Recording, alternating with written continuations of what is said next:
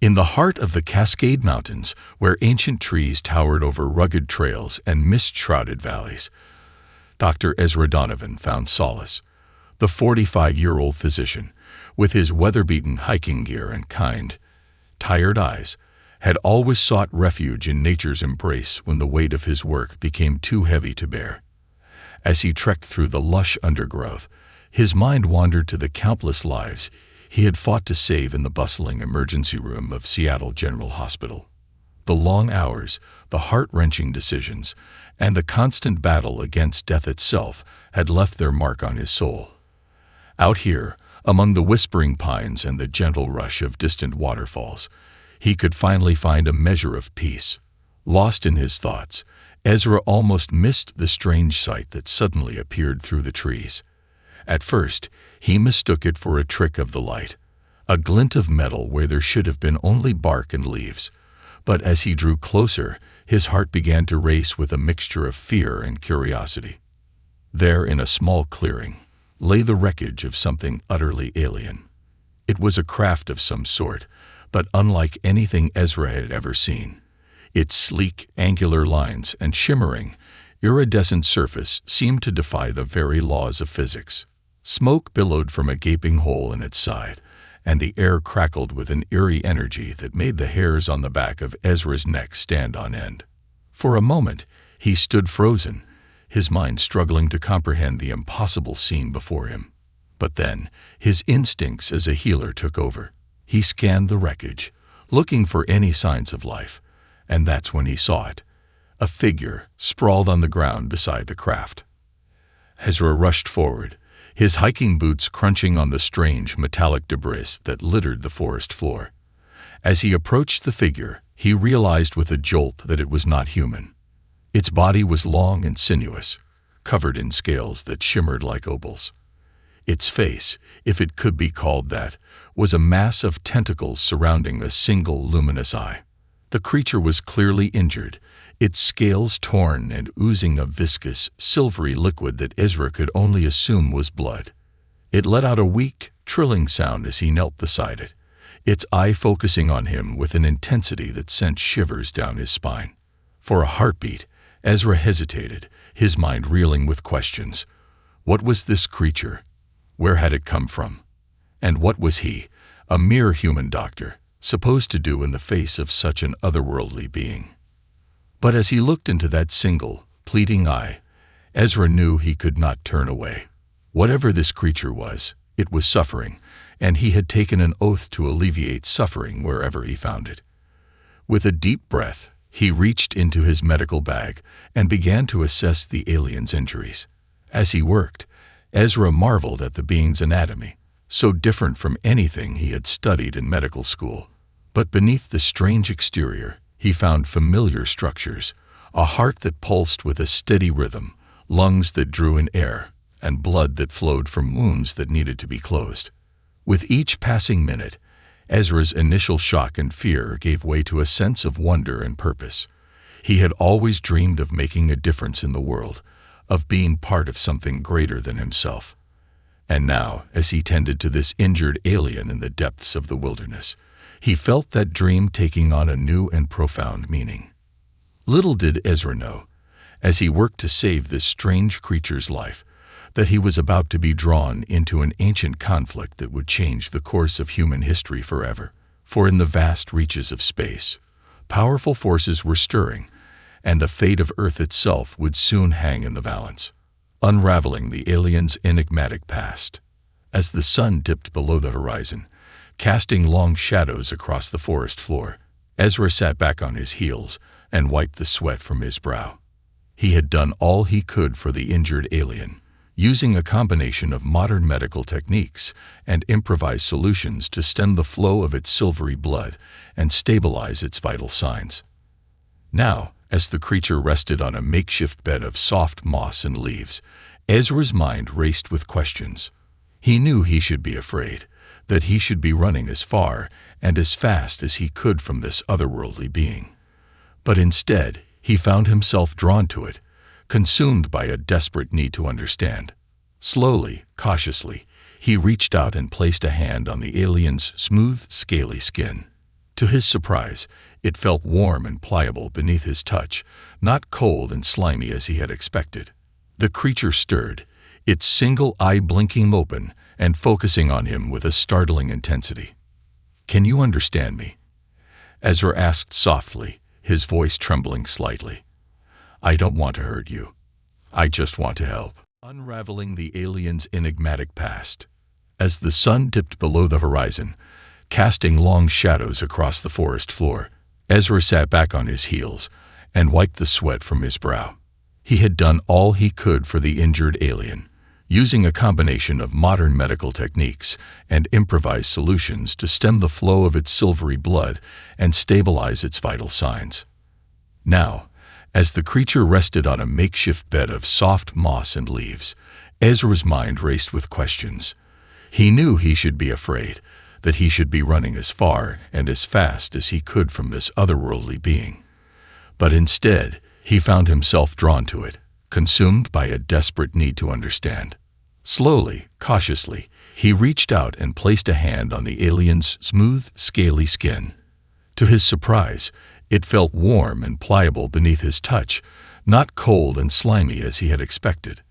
The creature stirred, its single eye blinking open and focusing on him with a startling intensity. "Can you understand me?" Ezra asked softly, his voice trembling slightly. "I don't want to hurt you. I just want to help." For a long moment, the alien simply stared at him, its tentacles twitching slightly around its mouth. Then, to Ezra's shock, it spoke, its voice a strange, melodic whisper that seemed to bypass his ears and go straight to his mind. "I understand," it said, each word a struggle. "You helped me, saved me." Ezra nodded, his heart pounding in his chest. "My name is Ezra. I'm a doctor. What's your name? Where did you come from?" The alien closed its eye for a moment, as if gathering its strength. "I am Zorax, of the Azeri people. We were a great civilization before the war." Ezra leaned forward, his curiosity overriding his fear. "The war? What war?" Zorax let out a low, mournful sound that sent shivers down Ezra's spine. "The war with the Kryn, our ancient enemy. They attacked, destroyed our world. I fled, crashed here." Ezra's mind reeled with the implications of Zorax's words. An alien civilization, a war that spanned the stars. It was almost too much to comprehend. But as he looked into Zorax's eye, he saw a depth of pain and loss that transcended species and cultures. "I'm so sorry," he said softly, his hand still resting on Zorax's skin. "I can't imagine what you've been through. But you're safe now. I'll do everything I can to help you." Zorax blinked slowly, its tentacles curling in what Ezra could only interpret as a smile. "Thank you, Ezra. Your kindness, it means more than you know." As the night deepened around them, Ezra and Zorax continued to talk, the alien sharing fragments of its past and its people. Ezra learned of the Azeri's advanced technology, their art and music, and their deep connection to the energy that flowed through the universe. But he also learned of the Kryn, a ruthless and warlike race that had coveted the Azeri's power for eons. The war had been long and brutal, with entire star systems laid to waste in the conflict. In the end, the Azeri had been forced to flee, scattered to the far reaches of the galaxy. As Zorax spoke, Ezra felt a growing sense of unease.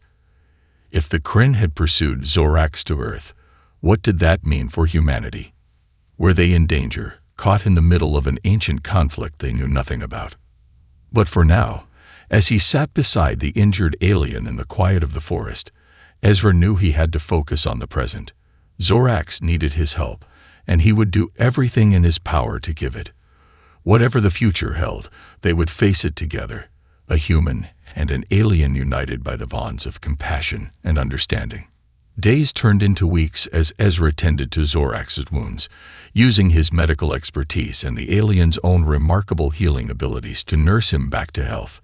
As Zorax grew stronger, so too did the bond between them, a friendship forged in the crucible of shared experience and mutual respect. Ezra marveled at Zorax's intelligence and wisdom, the depth of his knowledge about the universe and its workings. In turn, Zorax seemed endlessly fascinated by human culture and society, peppering Ezra with questions about everything from music and art to politics and religion. But even as they grew closer, Ezra couldn't shake the sense of foreboding that lurked at the edges of his mind. Zorax's stories of the Kryn and their relentless pursuit of the Azeri had left him deeply unsettled, and he found himself scanning the skies more often than not, half expecting to see alien warships descending from above. It was during one of these moments of quiet contemplation that Zorax suddenly stiffened, his eye widening in alarm. "They're here," he whispered, his voice filled with a terror that Ezra had never heard before. "The Kryn. They found me." Ezra's heart leaped into his throat as he followed Zorax's gaze upward, his eyes straining against the glare of the sun. At first, he saw nothing but the endless blue of the sky, broken only by a few wispy clouds. But then, with a suddenness that took his breath away, he saw them. They were massive, dwarfing anything Ezra had ever seen or imagined. 3 enormous ships, each one easily the size of a city, hung in the air above them, their surfaces a dull, menacing black that seemed to absorb the very light around them. They were angular and sharp, like blades forged in some alien foundry, and bristling with weapons that Ezra could only guess at. For a long moment, Ezra and Zorax simply stared, their bodies frozen in a mixture of awe and terror. Then, with a sound like 1,000 thunderclaps, the ships began to move, descending towards the earth with a speed and grace that defied belief. "We have to go," Zorax said urgently, his tentacles writhing in agitation. "They'll be coming for me. For us. We have to warn your people." Ezra nodded, his mind racing as he tried to process the enormity of what was happening. He had always known, on some level, that the universe was vast and filled with wonders and terrors beyond human understanding. But to see it unfolding before his eyes, to be caught in the middle of an ancient war that had nothing to do with him or his planet, it was almost too much to bear. But even as fear threatened to overwhelm him, Ezra felt a surge of determination rising up from somewhere deep inside him. He was a doctor, a healer, and he had sworn an oath to protect life in all its forms. And right now, the life of his friend, and perhaps the lives of every human on Earth, depended on him. "Come on," he said, grabbing Zorax's hand and pulling him towards the tree line. "We'll go to the city, find a way to get in touch with the authorities. We have to let them know what's coming." As they ran, the ground shook beneath their feet, the very air seeming to vibrate with the power of the alien ships above. Ezra's mind raced with questions and fears, but he pushed them aside, focusing only on the task at hand. He had no idea what the future held, or whether humanity stood any chance against a foe as ancient and powerful as the Kryn. But he knew one thing for certain. He would fight, with every ounce of strength and courage he possessed, to protect the people and the planet he loved. And with Zorax by his side, he knew he wouldn't be fighting alone. The journey back to Seattle was a blur of fear and urgency, with Ezra and Zorax navigating the winding mountain roads in a stolen car, their eyes constantly scanning the skies for any sign of the Kryn warships. By the time they reached the outskirts of the city, the news of the alien arrival had already spread like wildfire, with panicked crowds flooding the streets and the military setting up hastily constructed barricades. Ezra and Zorax fought their way through the chaos, finally reaching the steps of Seattle General Hospital. Inside, they found a scene of controlled pandemonium, with doctors and nurses rushing to prepare for the influx of injured that everyone knew was coming. Ezra sought out the hospital's chief of staff, a stern-faced woman named Dr. Miranda Chen. He explained the situation as best he could, telling her about Zorax and the Kryn, and the urgent need to mount a defense against the coming invasion. At first, Dr. Chen was skeptical, her eyes narrowing as she took in Zorax's alien appearance. But as Ezra spoke, his voice filled with a passion and conviction that surprised even him, He saw her expression begin to change. "We have to do something," he urged, his hands clenched into fists at his sides. "We can't just sit back and let the Kryn take over our planet. We have to fight." Dr. Chen nodded slowly, her face set in grim determination. "You're right," she said, her voice steady despite the fear that Ezra could see lurking in her eyes. "We'll do whatever it takes to protect our people." Over the next few hours, the hospital became a hive of activity, with Ezra and Zorax at the center of it all. They worked with the military and the local authorities to coordinate a plan of defense, sharing what little they knew about the Kryn and their technology.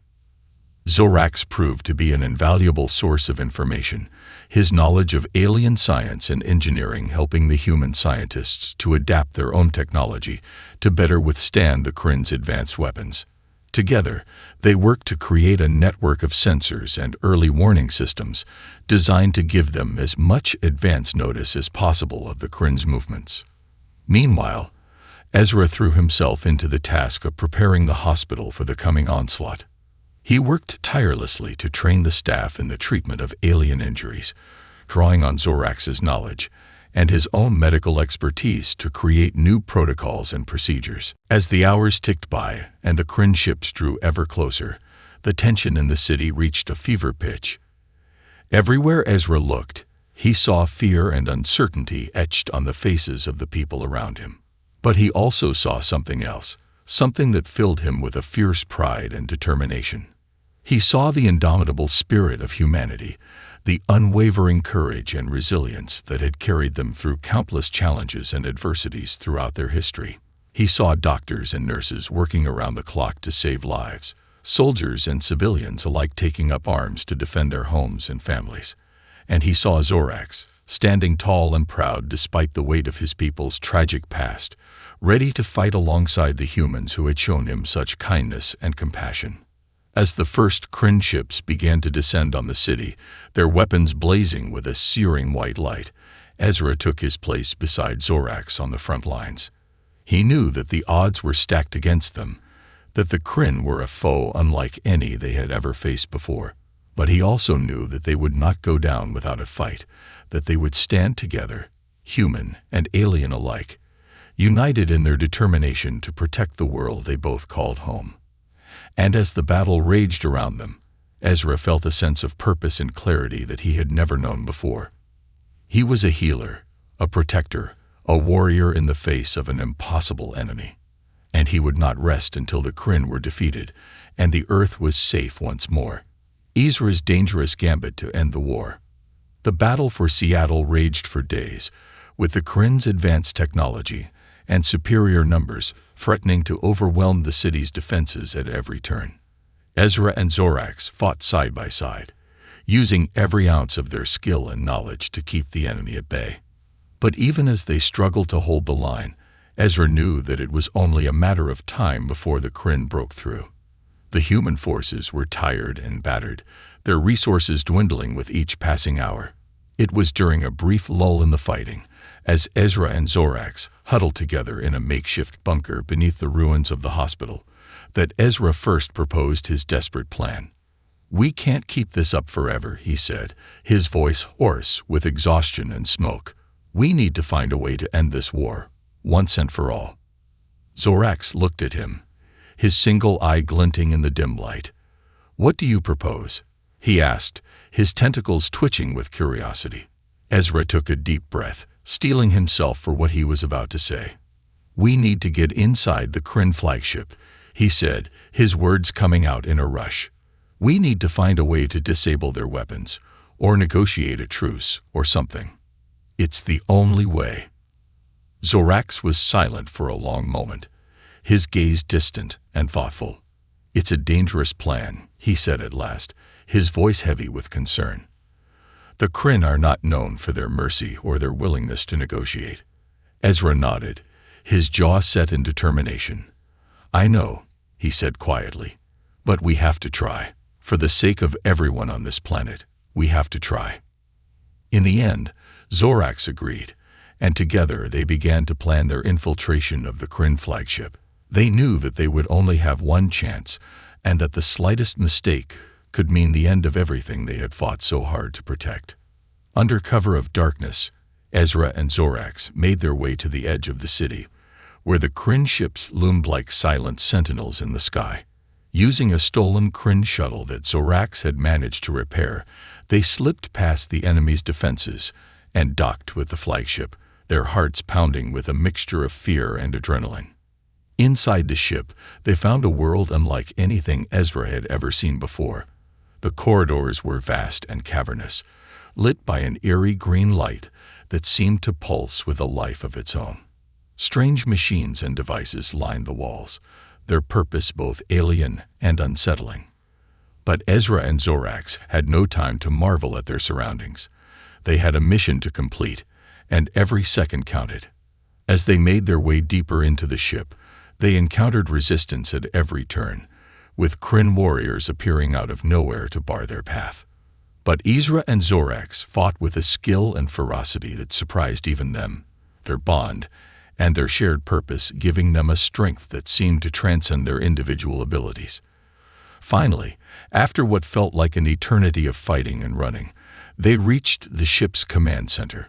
There they found the Kryn Emperor himself, a towering figure clad in armor that seemed to absorb the very light around him. For a moment, Ezra and Zorax simply stared, their bodies tense and ready for battle. But then, to their surprise, the Emperor spoke, his voice a deep, resonant rumble that filled the room. "You have fought well, human and Azari," he said, his eyes glinting with a strange mixture of respect and contempt. "But you cannot hope to defeat the Kryn. Surrender now, and your deaths will be swift and painless." Ezra stepped forward, his heart pounding in his chest. "We didn't come here to surrender," he said, his voice steady and clear. "We came here to end this war, once and for all."